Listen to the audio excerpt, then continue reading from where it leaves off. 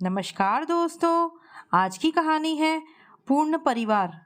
बेटा, शादी अगर दो आत्माओं का मिलन है तो दो परिवारों का भी मिलन है। तुम हमारे बच्चे हो, अगर हमारी जिम्मेदारी तुम्हारी है तो तुम्हारी जिम्मेदारी हमारी क्यों ना हुई। कहकर सासू माँ ने मुस्कुराकर प्रिया को आशीर्वाद दिया। सासू माँ के पैर छूते हुए प्रिया का रोम रोम उनको धन्यवाद कर रहा था। प्रिया की सासू माँ और ससुर जी दोनों प्रिया के ही घर में थे। अच्छा प्रिया, राघव को और मम्मी पापा को मैं साथ लेकर जा रहा हूँ, कोई ज़रूरत हो तो फ़ोन कर देना, विनय ने प्रिया से कहा। ठीक है, मुस्कुराते हुए प्रिया तीनों को छोड़ने के लिए गेट तक आई और तब तक हाथ हिलाती रही जब तक कि उनकी गाड़ी आंखों के सामने से ओझल नहीं हुई। उसके बाद प्रिया अपने मायके में घर के अंदर आ गई। प्रिया के पापा अभी बिस्तर पर ही थे। मम्मी, आपने इतनी बड़ी बात भी मुझसे छुपा ली। आपने मुझे पापा की सीढ़ियों से गिरने के बारे में बताया क्यों नहीं? प्रिया ने अपनी मम्मी से पूछा। बेटा, मैंने फ़ोन तो करा था। पाठकगण, आपकी जानकारी के लिए बता दूं कि प्रिया और विनय दोनों अपने अपने घर के इकलौते बच्चे थे। दोनों एक ही स्कूल में और बाद में एक ही कॉलेज में पढ़े थे। यहाँ तक कि कैंपस सिलेक्शन भी दोनों का एक ही कंपनी में हुआ था। दोनों के घर भी ज़्यादा दूर नहीं थे। विनय ने जब प्रिया को शादी के लिए प्रपोज किया तो प्रिया को एक ही डर था, मेरे बाद मेरे माता पिता का ख्याल कौन रखेगा, दोनों बहुत अकेले हो जाएंगे। लेकिन विनय के समझाने पर कि हम दोनों के घर के बीच में ज़्यादा दूरी तो है नहीं, हम दोनों के माता पिता को एक की बजाय दो दो बच्चे मिल जाएंगे और हम दोनों मिलकर एक दूसरे के माता पिता का ख्याल रखेंगे। एक दूसरे पर विश्वास करते हुए दोनों विवाह के बंधन में बंध गए थे। वास्तव में इस बात में कोई दो राय नहीं थी कि जहां विनय के माता पिता को एक बेटी मिली थी तो वहीं प्रिया के माता पिता को भी एक बेटा मिल गया था। दोनों का जीवन बहुत खुशी खुशी व्यतीत हो रहा था। राघव के पैदा होने पर दोनों परिवारों में खुशियों की लहर दौड़ गई थी। लेकिन अभी कुछ समय पहले ही अपने प्रोजेक्ट के सिलसिले में दोनों को लगभग 2 साल के लिए हैदराबाद जाना पड़ा। हालांकि दोनों माता पिता को दिल्ली में छोड़कर यूं हैदराबाद नहीं जाना चाहते थे, लेकिन दोनों के माता पिता के जिद करने पर कि केवल 2 साल की ही तो बात है, वह दोनों हैदराबाद आ गए थे। राघव का भी वहीं स्कूल में एडमिशन करवा दिया था।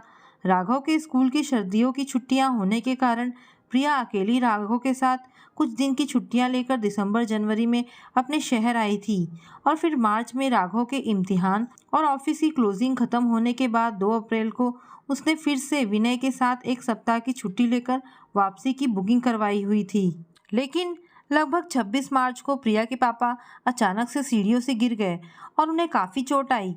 किसी तरह से पड़ोसियों के सहारे से उन्हें अस्पताल पहुंचाया गया।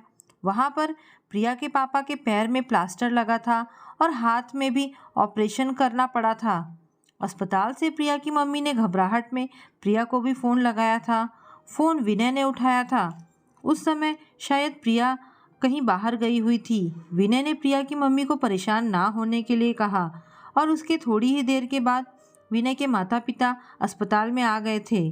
4 दिन तक, जब तक कि प्रिया के पापा को अस्पताल से छुट्टी नहीं मिली थी, तब तक विनय के पापा प्रिया के पापा के साथ अस्पताल में रहे थे और मम्मी प्रिया की मम्मी के साथ उनके घर पर ही थी। दोनों ने यथासंभव प्रिया के मम्मी और पापा की बहुत मदद की थी। विनय भी लगातार पापा का हाल पूछता जा रहा था। उसने प्रिया की मम्मी से क्षमा प्रार्थना भी की थी कि अभी तक उसने प्रिया को कुछ नहीं बताया है। राघव के फाइनल इम्तिहान चल रहे थे और प्रिया भी क्लोजिंग में बहुत ज़्यादा व्यस्त थी। प्रिया की प्रमोशन भी इसी क्लोजिंग के काम में उसकी परफॉर्मेंस पर निर्भर करती थी। हालांकि विनय ने प्रिया की मम्मी से पूछा था कि अगर आप चाहती हो तो मैं प्रिया को बता दूं और उसकी अभी की ही टिकट करवा करके उसे आपके पास भेज देता हूँ। लेकिन प्रिया की मम्मी को ऐसी कोई ज़रूरत नहीं लग रही थी। विनय के मम्मी और पापा तब से उनके साथ ही थे। प्रिया अपना काम छोड़कर ना आ जाए और परेशान ना हो, यह उन चारों की ही इच्छा थी। आज जब प्रिया और विनय अपने प्रोग्राम के अनुसार ही अप्रैल में जब अपने घर आए तो प्रिया को अपने पापा के बारे में पता चला। लेकिन बेटा, अगर तुम पहले आ भी जाती तो भी तुम इतना नहीं कर सकती थी। माँ ने प्रिया के इस सवाल का जवाब दिया कि तुमने मुझे पापा के बारे में पहले क्यों नहीं बताया। सच में प्रिया, तुम्हारी शादी के बाद हमें एक अच्छा बेटा ही नहीं मिला बल्कि तुम्हारे सास ससुर जैसे बहुत अच्छे दोस्त भी मिले हैं। ऐसा लगता है मानो हमारा परिवार अब पूर्ण हो गया हो। ना उसमें बेटे की कमी है और ना ही बेटी की। इतने में ही प्रिया के मोबाइल की बेल बजी। फ़ोन उठाया तो विनय दूसरी तरफ से बोल रहे थे, सॉरी प्रिया, कुछ बातें मैंने तुमसे छुपाई तो सही, पर मानो यार मैंने बेपरवाही नहीं की।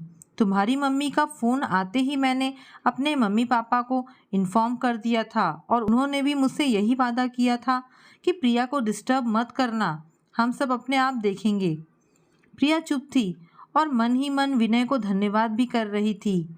तभी मम्मी ने कहा, आ जाओ प्रिया, हम सब मिलकर खाना खाते हैं। पापा भी प्रिया से मिलकर बहुत खुश थे। प्रिया ने विनय को थैंक यू कहा और फ़ोन बंद करके पापा के पास जाकर बैठ गई। तो दोस्तों, विवाह के बाद केवल एक बहू ही नहीं मिलती, बल्कि अगर संबंध अच्छे हो तो एक पूरा परिवार तुम्हारे साथ खड़ा हो सकता है। माना यह कल्पना है, पर सच में ऐसा क्यों ना हो। तो दोस्तों, ये कहानी यहाँ पर समाप्त होती है। आपको ये कहानी कैसी लगी मुझे कमेंट करके अवश्य बताएं। धन्यवाद दोस्तों।